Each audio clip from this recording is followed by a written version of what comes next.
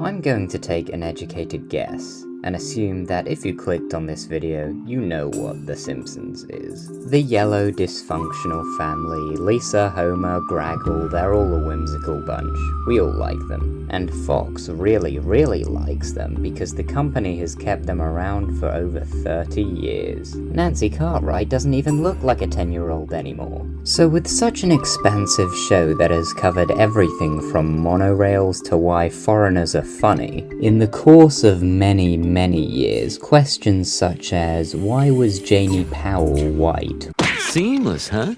You're fired. Why is Fat Tony's name in Season 3 different? And why did they make an entire episode about Elon Musk can easily be disregarded as mistakes. However, what if I were to tell you that not one of these were actual mistakes, but all intentional choices? Yes, even the Elon Musk one. Someone actually did that. Some of my previous hot takes, which are all but confirmed, have included Lenny being replaced with a communist spy and Frank Grimes' Dr. Manhattan. But today I would like to take on the most gargantuan task of explaining the endless mysteries of this little show. Today we are explaining every single so-called mistake in The Simpsons. And really, it all comes down to a single facet that has gone unacknowledged for decades. Nexus points. Allow me to explain. To begin my research, I began by looking up the definition of a nexus point to make sure I wasn't losing my mind. So a nexus point is a connection/link or a collected group of series. In the context of time, however, it is a point where a new timeline branches off from the original. So how and why does this happen? The Simpsons operates on a sliding timeline, essentially with the progression of time in contrast to the lack of aging of the characters. Bart's childhood in the 90s becomes Homer's teenage years and most likely his own childhood in the next few years. Time moves forward whilst the characters remain the same age, especially if they're dead. What a segue! So to properly explain what causes the original Simpsons timeline to branch off into other timelines, we have to examine a few key examples of so-called continuity errors in The Simpsons. So I began my long, arduous journey of looking through each episode to find specific examples and note them down. Then after 10 minutes of that I got bored, and so I searched up every continuity error in The Simpsons, and here's what I found. So the Simpsons wiki lists 49 major plot holes that have to do with specific characters. However, I do not believe that this is the extent of so-called errors. So I'll be adding a few others that I found because I'm so nice and not at all unhinged. The most obvious and dare I say egregious instance is in The Simpsons episode 3 entitled Homer's Odyssey. The clear outlier of a plot hole in this episode is that despite being called Homer's Odyssey, its connections to the original source material are barely tangible.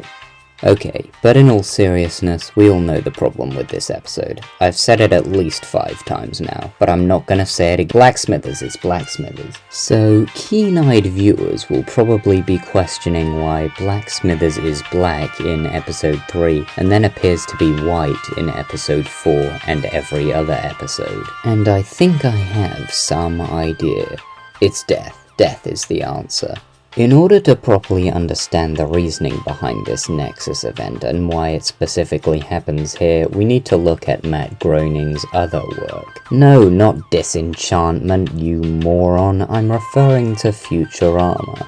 There have been several references to The Simpsons in Futurama, and vice versa, as one who has created 2 of the most beloved, successful shows out of a total of 3 would have a right to do. However, with episode 6 of season 26 entitled Simpsorama, which I have mixed feelings about but am forced to use as evidence. It is made explicitly clear that these two shows lie in the same universe, as actions performed by Bart have lasting consequences in the future. And this isn't just a one-off joke of an episode, like every other episode in season 26. The knowledge that Futurama does take place in the future of the Simpsons world is called back to several times with the appearance of Bender in the Simpsons basement. Anyway, in Futurama, a great importance is put on life. Fry leaves his old life behind when he travels to the future, but then he returns to his old life halfway through and gets burnt up. It's a whole thing. But this all becomes a lot clearer with the episode The Late Philip J. Fry.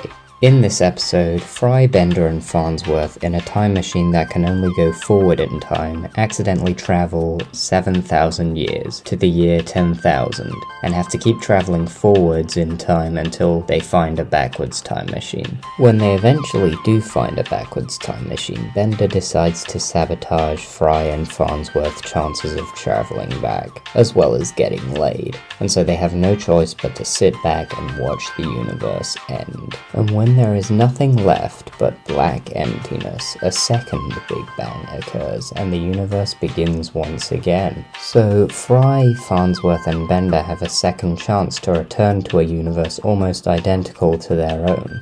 But the thing is, their old universe was left behind. The original version of Leela never saw Fry again, and Qbert never saw his father again. All in all, it's a phenomenal episode, single-handedly better than anything Rick and Morty has ever done.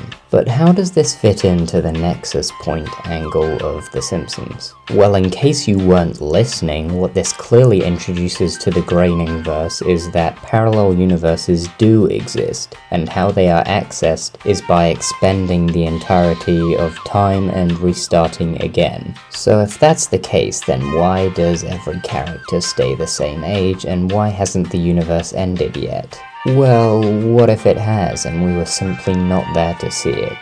Okay, just go with it. So whenever the original universe ends, a new one takes its place with implemented corrections.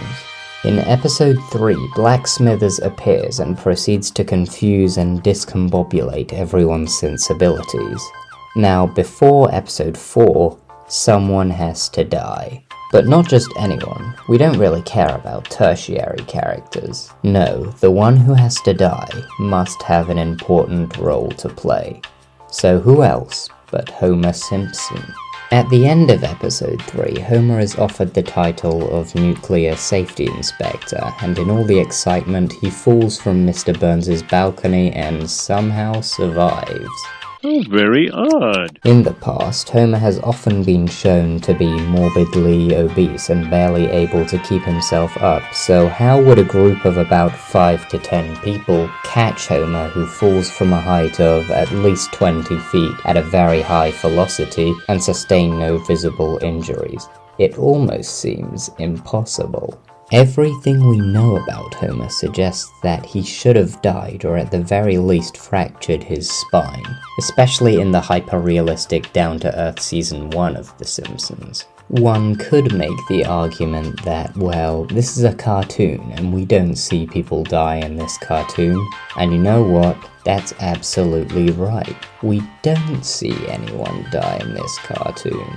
How convenient. I think most of us can agree that if the show really was bound to the reasonable laws of physics, Homer as well as many other characters would have died several times by now.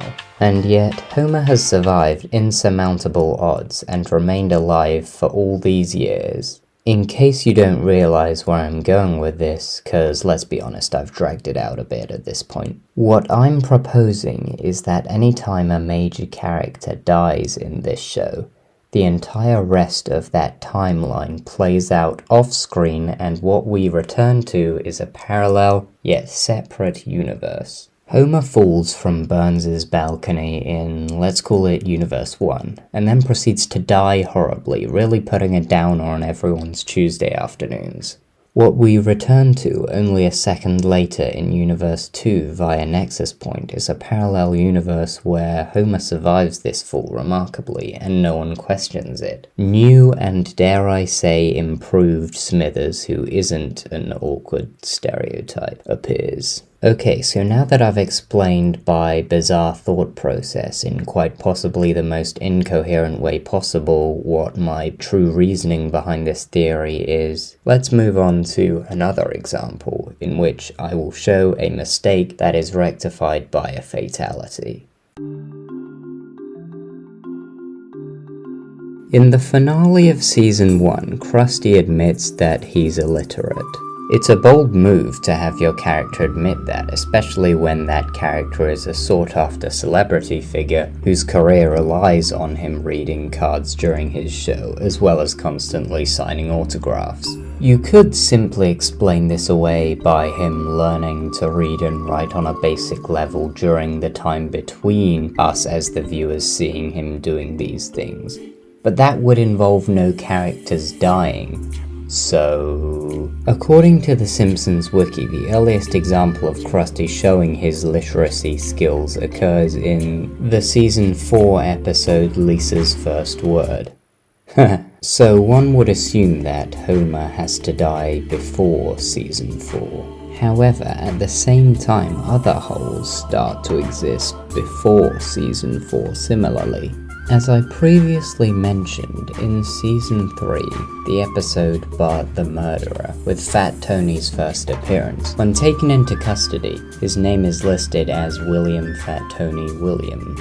So this is obviously a great joke about the sheer randomness of Fat Tony's nickname coming about. However, in Season 8, he is introduced as Anthony Fat Tony D'Amico, which has remained canon ever since, because of course, it was rectified by another death. But going back to the first, in order to correct Krusty's illiteracy, Homer has to die between the beginning of Season 2 and 3, because we can't have two plot holes existing at the same time, can we?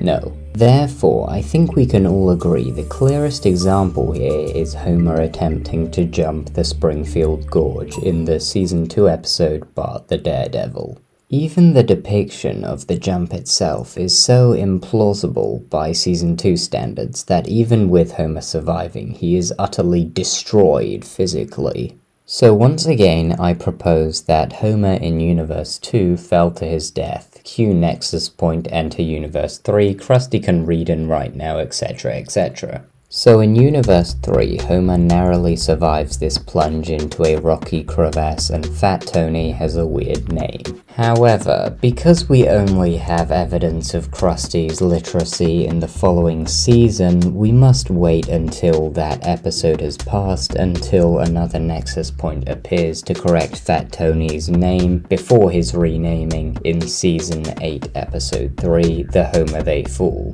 Why do we have to wait for the evidence of a correction before starting a new Nexus Point? We just do, okay? Shut up. So then we could look to an example such as Homer being beaten to death by Tom in their skirmish at SeaWorld, or perhaps more realistically, Homer dying of a heart attack in Homer's triple bypass. Though if this is the case, then a large problem arises. We only notice that a new Nexus Point has appeared to a universe when the correction is made and Homer is no longer deceased. Though what begins to happen around Season 5 is that multiple other mistakes appear, whilst the original, being in this case Fat Tony's name, has yet to be rectified. This would be simply fine and dandy if they were corrected after Fat Tony's new name, however this is not the case. For instance, in Season 5 Episode 4 entitled The Rosebud, Mr. Burns remembers his childhood, which was not unlike Charles Foster Kane's in Citizen Kane, probably because they were parodying it.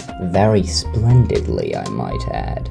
However, 15 episodes later, this becomes a mistake in the episode Burns' Heir when Mr. Burns remembers his earliest memory being him firing his nanny as a baby. In the first instance, Mr. Burns' old life mirrored that of Kane's in that he was essentially living in squalor with no clear indication of him being privileged enough to have a nanny. So this has to be rectified in the short time with Homer's latest brush with death. But if that's the case, then when do we see any sign of the original Fat Tony dilemma being solved? It seems clear that what needs to happen in this particular instance is that the Fat Tony problem remains unsolved until after the previous Burns childhood conundrum has been solved. Because we never hear Fat Tony's name until season 8, so it's quite possible that it remained that way until it was changed. So in between episodes 4 and 18 of season 5, Homer will have had another trans-dimensional death-defying experience. I think it all seems to point towards the episode Marge on the Lam, in which Homer and Chief Wiggum drive into the Springfield Gorge. Or maybe Deep Space Homer. You know what, I'm going with that one, because we've already had the Springfield Gorge take a life before, and I think dying in space is inherently cooler. What are you gonna do, go to space and not die? And then maybe Homer gets killed by the animatronics at Itchy and Scratchy Land Q Universe 5, Fat Tony has a new and improved name.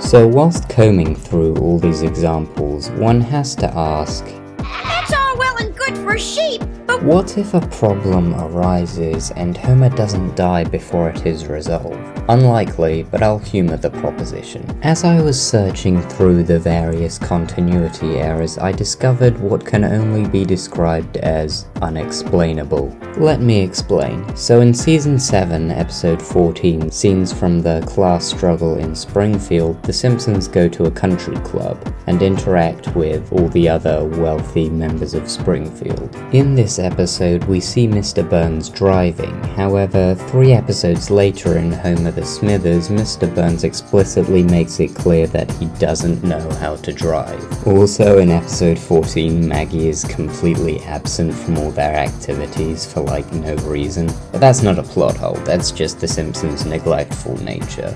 So between episode 14 and 17, Homer has to die, right? Well, for the life of me, I can't see any foreseeable situation where he could die. I know, right? Baffling. This is partially because most of these episodes primarily revolve around other members of the Simpsons family, and there really aren't very many hijinks that they could get into that would result in death. Besides maybe Homer and Lisa being assassinated for knowing the truth about Hans Sprungfeld, but that's really a stretch. So if Homer doesn't die, then who will? According to the Simpsons wiki, the only person who dies between these episodes is Aunt Hortense. Definitely one of the more memorable Simpsons relatives, if you ask me. Looking back on it, she had such a large impact on the show that it honestly surprises me that they were able to continue the show without her. I mean, think back to all those great memories she contributed to. So anyway, it clearly doesn't have anything to do with Hortense, given that there is no confirmation after the fact that she is alive again, so it must be someone else. And I think I have some idea as to who. During several moments in scenes from the class struggle in Springfield, the character who gets physically harmed the most is clearly Waylon Smithers. First, he gets hit by Homer's golf ball during his swing, which alone knocked Krusty unconscious, and then later most likely suffers botulism from Mr. Burns' cake. So in this instance, it was Smithers being brought back, not Homer. I just want to stress now, in case people are still unsure about what the hell I'm talking about, essentially what causes the new nexus point is not the correction itself, but rather the person's death, and when the new universe begins, the correction is made as a byproduct. So now that I've proven beyond a shadow of a reasonable denial that nexus points are the key to explaining every so-called mistake to be 100% intentional, the next question that remains is why and also who? Why is this happening and who is making this happen? Okay, hear me out. The person responsible for all of this, the one who's been controlling everything from the very beginning, puppeteering time and warping dimensions to suit their own ends. The Brynden Rivers / Three-Eyed Crow of the Groeningverse. The one who has saved Homer Simpson more times than tax evasion. Waylon Smithers Sr. We really don't know a whole lot about Waylon Smithers Sr., as he's only relevant in the Series 13 episode The Blunder Years, in which Homer is hypnotized into thinking he's a child. A storyline so nice they did it twice, but worse the second time. No, I will never get over it. So anyway, in this episode, Homer remembers a repressed memory from his childhood of discovering the late Smithers Sr.'s body in the lake.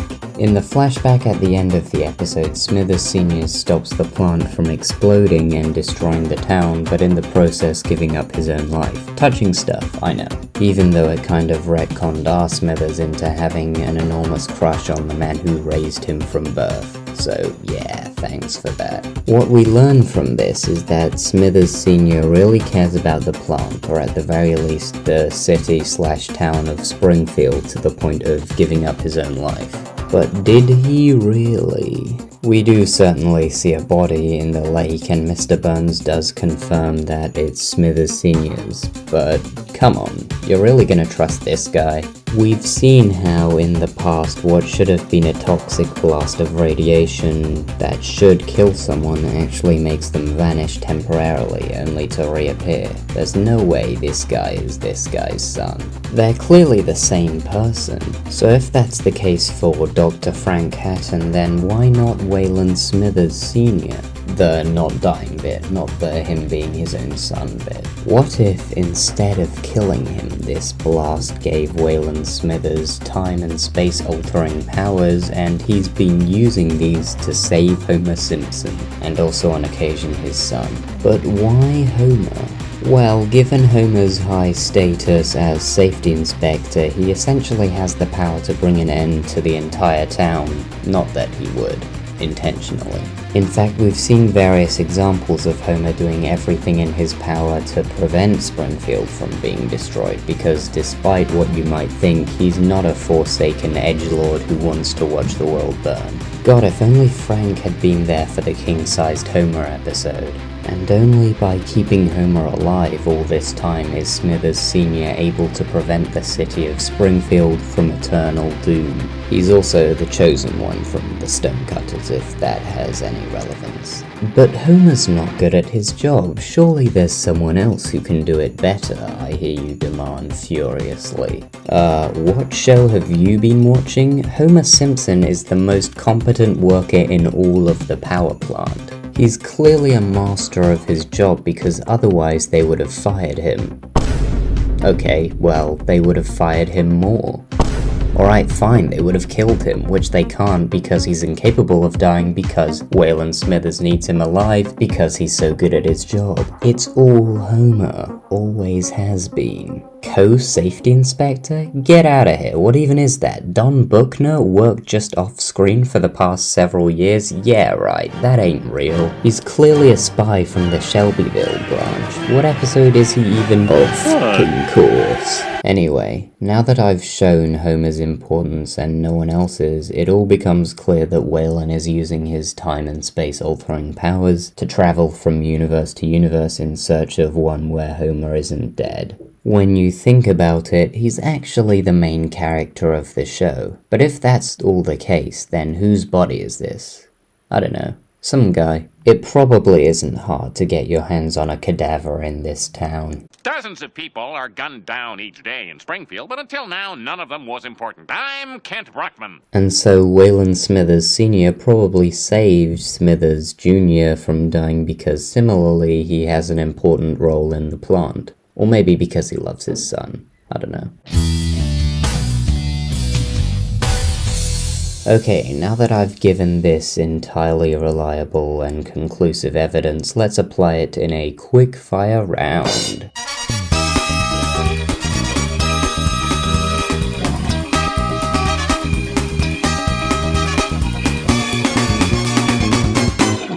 Alright, folks, it's time to spin the wheel. If you can guess how Homer died and in which episode following this inaccuracy, you,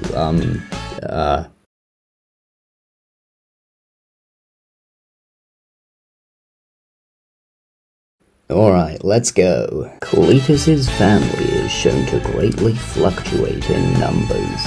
Okay, so the reasoning behind this is not a Homer death at all, it's because of weird incest and bear deaths. Marge is shown to be afraid of flying, though in a previous episode the family flies to Washington without any problem. Okay, the reasoning behind this is that before the main events of that episode, Homer was being drafted as a pilot, and he crashed the plane. Lisa's eyes are described as blue by Spuddy and then grey by Milhouse. Milhouse is colorblind. Elon Musk as a guest star. That actually was a mistake. Bart is supposed to be allergic to shrimp, though he claims he ate some in the frying game. In that episode, whilst being incarcerated, Homer was shanked in jail. Fat Tony is replaced by Fit Tony for no fucking reason. Dougie Jones. That's weird. Oh, and it looks like we're all out of time. Okay, so I bet now you're wondering, if Homer is somehow immortal in a sense, then why does he die for real this time in season 25? And my answer to this is that I'm pretty sure Smithers just gave up at that point. I know I did. Alright, so before I depart this mortal plane, I'd just like to thank each and every one of you for watching. This video took a great deal of work, so if you enjoyed it, I think there are buttons for that, I don't know. If you haven't yet seen my other theory videos, they're much shorter, I swear. Feel free to check those out. And if you'd like to hear my thoughts on specific episodes of The Simpsons in a less tinfoil crackhead manner, I also have a series about that. Okay, now how do I stop recording?